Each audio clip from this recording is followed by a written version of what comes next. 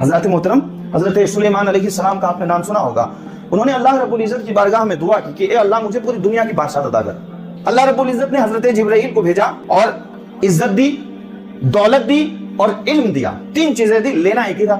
حضرت سلیمان علیہ السلام نے علم لیا تو اللہ نے عزت اور دولت اپنے آپ دے دی. مورل آف دی اسٹوری کیا سیکھ ملتی ہے کہ آپ علم حاصل کیجئے، عزت اپنے آپ ہوگی، دولت اپنے آپ آئے گی. دولت کے پیچھے صرف بھاگیں گے علم حاصل نہیں کر سکتے، لیکن علم کے پیچھے صرف بھاگیں گے تو عزت و دولت آپ کو گفٹ ملے گا. تو یہ بہت بڑی چیز ہے علم، جسے ہم آج بھلائے بیٹھے ہیں. ہماری نظر علم کی طرف نہیں ہے.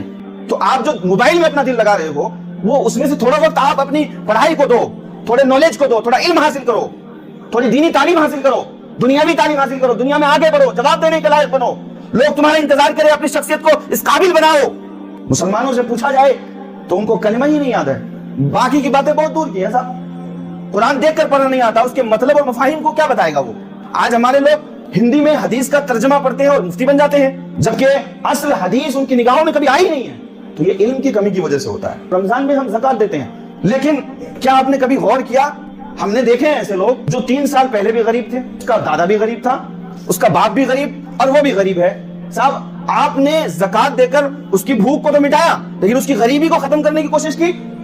اس کی غریبی کیسے ختم ہوگی؟ ملک کے، شہر کے، محلے کے جتنے بھی قابل، جتنے بھی مالدار چودھری قسم کے لوگ ہیں، ان کو چاہیے کہ اپنے یہاں کے غریب بچوں کی طرف نظر کریں، ان کو تعلیم سکھائیں، ان کے باپ کا ساتھ دیں کہ وہ اپنے بچے کو پڑھا سکے. پیڑھی در پیڑھی، جنریشن در جنریشن زکوٰۃ لینے پر مجبور اس لیے ہے کہ صرف آپ اس کی بھوک مٹا رہے ہو، اس کی غریبی نہیں ختم کر رہے. اس کی غریبی ختم ہوگی جب وہ ویل ایجوکیٹڈ ہوگا، جب تعلیم حاصل کرے گا تب اس کی غریبی ختم ہوگی. بھوک مٹا دینا بڑا آسان ہے، غریبی ختم کر دینا تھوڑا مشکل کام ہے. تو یہ کیجئے.